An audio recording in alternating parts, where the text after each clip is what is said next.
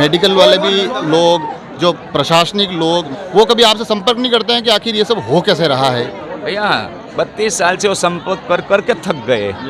32 साल हो गए मेरे को, एक संपर्क कर करके थक तो गए। ऐसे अरे में भैया गलत मेरा क्या आज से है? 20 साल पहले सब परीक्षण हो चुका है और अभी भी परीक्षण करने के लिए मैं वो परीक्षा देने के लिए परीक्षण करने के लिए मैं तैयार हूँ।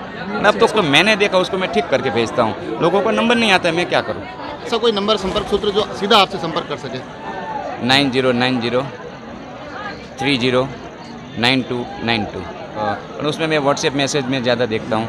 समय भी अब आपके शिविर में ज़्यादा रहता है, घर वाले नहीं कहते कि यार समय हमको तो कुछ दे ही नहीं पा रहे हो टाइम? नहीं, मेरे बीवी बच्चे वो मेरे को वीडियो कॉल करके ऐसा ऐसा बुलाता है। वो 1.5 साल का बच्चा ऐसा ऐसा करके बुलाता है, तू आ जा तू आ जा तू आ जा ऐसा बोलता है। मेरे पास पैसा बहुत आता है। ये भंडारा में ये दान पेटी है, ये जो पड़ी है।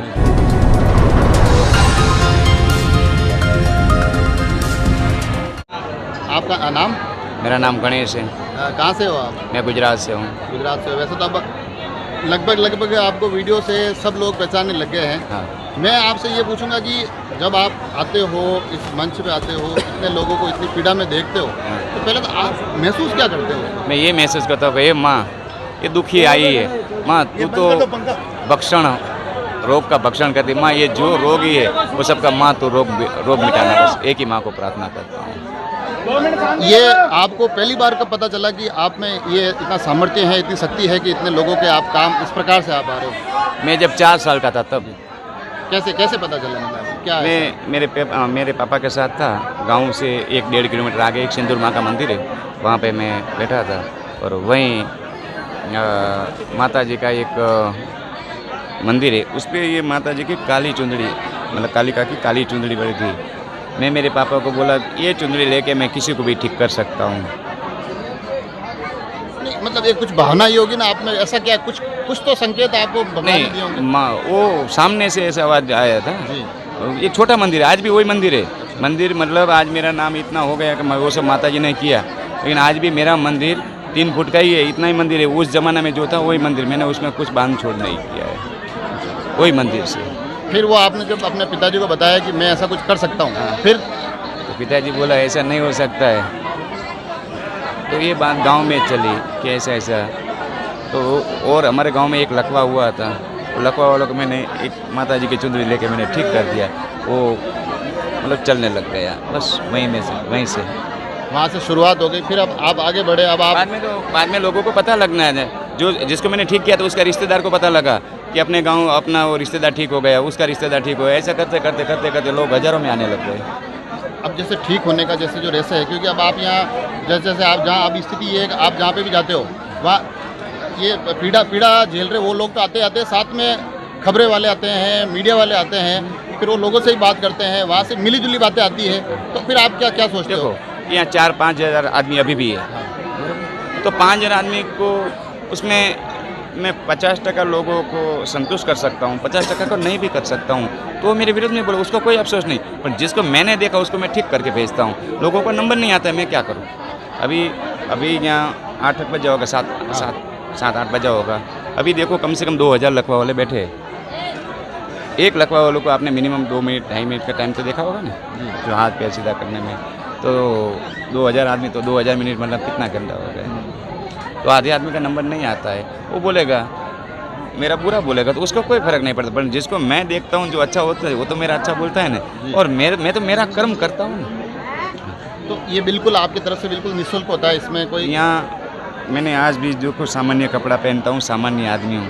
मैंने जिस दिन मैं किसी का 1 रुपया ले लूँगा, दान पेटी में पैसा आता है। लेकिन आप जाके ये जितने भी आदमी यहाँ अभी कम से कम 7-8 हज़ार आदमी रुकते हैं, सबको खाने पीने की व्यवस्था यही पेटी से होती है, उसके अलावा कोई पेटी नहीं है। यही दान पेटी मेरे पास में ही रहती है कि अगर से उसमें से कोई इधर उधर भी ना हो तो यही दान पेटी से पूरा भंडारा का खर्चा चलता है, और ये लोगों ने ला के दिया हुआ है ये सब। आपके थोड़ा सा आपके परिवार के बारे में हमको बताइए। लोग हमसे पूछते हैं कि उनके परिवार के बारे में हम जानकारी चाहते हैं। हम 4 भाई है, 1 बहन है। मेरे तीनों भाई गाया चराते हैं। मैं गुज्जर समाज से हूँ, जो यादव गुज्जर बोलते हैं, तो तीनों भाई गाय चराते हैं।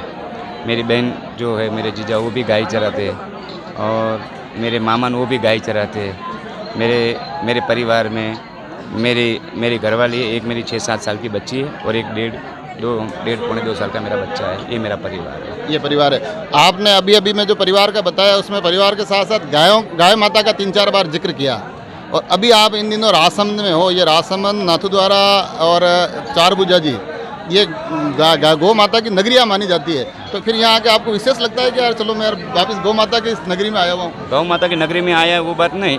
आज से 5 दिन पहले मैंने यहाँ जो लंपी रोग की जो गाया हुई थी वहाँ मैं गया। इतना बिजी होने के बाद आप देख रहे हो, वहाँ गया मैंने 16 किलो घी से, देसी घी से हवन किया, 108 नारियल से हवन किया और ये लोगों ने पैसा दिया। उसमें से मैंने 11,500 रुपया दिया यही गाँव में। और गाय माता के लिए तो कुछ भी करना पड़े मेरे को, मैं रात को तैयार हूँ। जितने भी गौ सेवकों को, गौ भक्तों को, उसको तो मैं बोलता हूँ मेरे लायक कोई काम हो तो मेरे यहाँ हज़ारों लोग आते हैं। अगर वो लंपी रोग का जो इंजेक्शन लाना है, अगर आपके पास इतनी सहूलत नहीं है तो मेरे यहाँ हज़ारों लोग आते हैं। मैं एक आवाज़ करूँगा तो लोग मुझे हज़ारों रुपया देंगे। अगर कोई गौ भक्तों को कोई गौशाला में अगर कोई कमी पड़ी तो मेरे पास लाखों, मेरी माँ का लाखों भक्त है और यहाँ से ठीक होने वाला। मेरे को सामने से लोग पूछते हैं बाबा जी कोई ज़रूरत हमारे लायक, मतलब यही पूछते हैं बाबा कोई ज़रूरत है।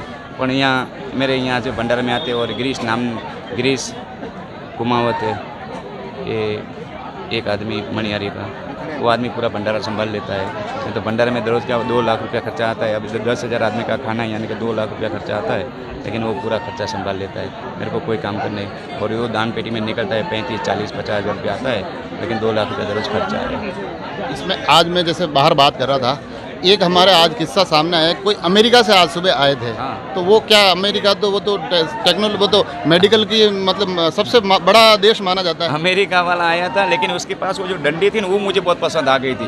तो वो स्टिक मैं आपको दिखाता हूँ, 4-4.5 हज़ार की आती है। वो बोलता था ना, तो मैंने सोचा माँ तू इसको ठीक कर। और ये डंडी में मेरे पास ये स्टिक थी, ये देखो, ये नहीं, ये दूसरा और एकदम VIP है। वैसे ऐसे करके ऐसे फोल्ड करके इतनी हो जाए और बॉडी लंबी हो जाए। ऐसे मैं मतलब माँ आज अमेरिका से आया है। अपन भारत में तो पूरा भारत में किया, लेकिन अमेरिका वाला को ठोका मार दे तो एक ठोका मारा, वो यहाँ से दौड़ के गया और 2100 रुपया भंडार में दे के भी गया। और पाउंड बोलते हैं, पाउंड के क्या बोलते हैं, डॉलर, वो दे के भी गया। अच्छा, अब एक काफ़ी लोग ये भी जानना चाह रहे थे, वीडियो पे भी हमारे सवाल आता है कि अगला आपका कैंप कहाँ? अगला यहाँ 7 तारीख से 7 पालडी M सिरोही से 15 किलोमीटर बाबा रामदेव बाबा होटल के पीछे 3 किलोमीटर गांव है, वहीं मेरा कार्यक्रम होगा। वहीं रहेगा। अब एक आखिरी सवाल कि जब आप आते हो, इतने लोगों को देखते हो और फिर आप जो भी अब आपके पास सामर्थ्य है वो करते हो और आदमी खड़ा होता है और चलता है, उस वक्त आप क्या सोचते हैं? बस वही सोचता हूँ कि मैंने जो ये आज मेरी 32 साल मैंने यही काम में निकाल दिया, मेरी पूरी लाइफ यही निकाल दिया।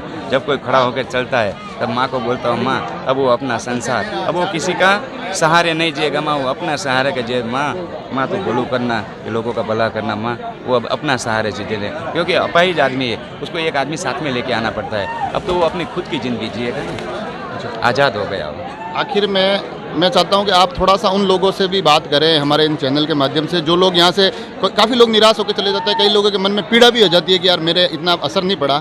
उन लोगों को भी आप कुछ कहना चाहो हमारे चैनल के माध्यम से? यहाँ मेरी कैपेसिटी एक दिन में 2000 आदमी की है। सुबह से शाम तक की मेरी कैपेसिटी 2000 आदमी। तुम 10,000 आदमी आओगे तो 8,000 वापस जाओगे। मेरी कैपेसिटी की मैंने बात कर दिया कि मैं एक इंसान हूँ तुम्हारा जैसा, ताकत है, पर मेरे को देखना, उसको ठीक करना। तो 8,000 आदमी निराश होकर जाते हैं। मैं भी मानता हूँ ना, दुख लगता है, पर अब मेरी उम्र भी हो गई, 53 साल मेरी उम्र है। मैं रात दिन मैंने अभी मैं सुबह 8 बजे आ गया हूँ, मैं रात को 3 बजे तक लोगों की सेवा करूँगा। 3 बजे तक मैं लोगों को, लकवा वालों को देखूँगा, पोलियो वालों को देखूँगा। इससे ज़्यादा तो मेरे में ताकत नहीं है कि मैं मतलब 8 बजे से क्षमता की बात कर रहे हैं। तो मैं चाहता हूं कि इस वीडियो के माध्यम से अगला, जैसे आपने सिरोही वाला शिविर बताया, अगर वहां कोई आना चाहें तो उनके लिए कोई ऐसा है कि भाई ये सलाह है कि यार आओ तो थोड़ा ये थोड़ा आप सावधान आओ तो थोड़ा लेट आओ। आजू बाजू के गांव के लोग, जहाँ मैं जाता हूँ आजू बाजू का गाँव का लोगों को पता लग जाता है, वो तुरंत आ जाते। और वो आए तो 7 तारीख से कार्यक्रम चालू है, तो मेरे हिसाब से वो लोगों को 14 तारीख, मतलब 10 दिन का गैप रखे, 14 तारीख के बाद आना चाहिए। तो लोग तब तक आजू बाजू के गांव वाले सब आके चले जाए, उसके बाद लोग आए तो भीड़ कम होगी। पर मैं जब जाऊंगा तो वहाँ तो भीड़ रहेगी। आज अपना शायद मेरा ये 10वां कि 11वां दिन है, तो अभी आज तो अब लोग कम होते जाएंगे, ये आजू बाजू वाले 5-5 दिन वाले, तो वो अभी ये बाहर वाले को ज़्यादा फायदा रहेगा। तो उसको तो मैं तो बोलूँ 14 तारीख के बाद आना चाहिए। एक हमारा आखिरी सवाल कि मेडिकल वाले भी लोग, जो प्रशासनिक लोग, मेडिकल से जुड़े हुए लोग, वो कभी आपसे संपर्क नहीं करते हैं कि आखिर ये सब हो कैसे रहा है? भैया 32 साल से वो संपर्क कर करके थक गए। 32 साल हो गए मेरे को, एक संपर्क कर करके थक तो गए। ऐसा नहीं करते, कोई परीक्षण नहीं करते हैं कि यार पता तो करे कि ये सही है, झूठ अरे है, भैया गलत मेरा है, आज क्या से है? 20 साल पहले सब परीक्षण हो चुका है, और अभी भी परीक्षण करने के लिए मैं वो परीक्षा देने के लिए परीक्षण करने के लिए मैं तैयार हूँ।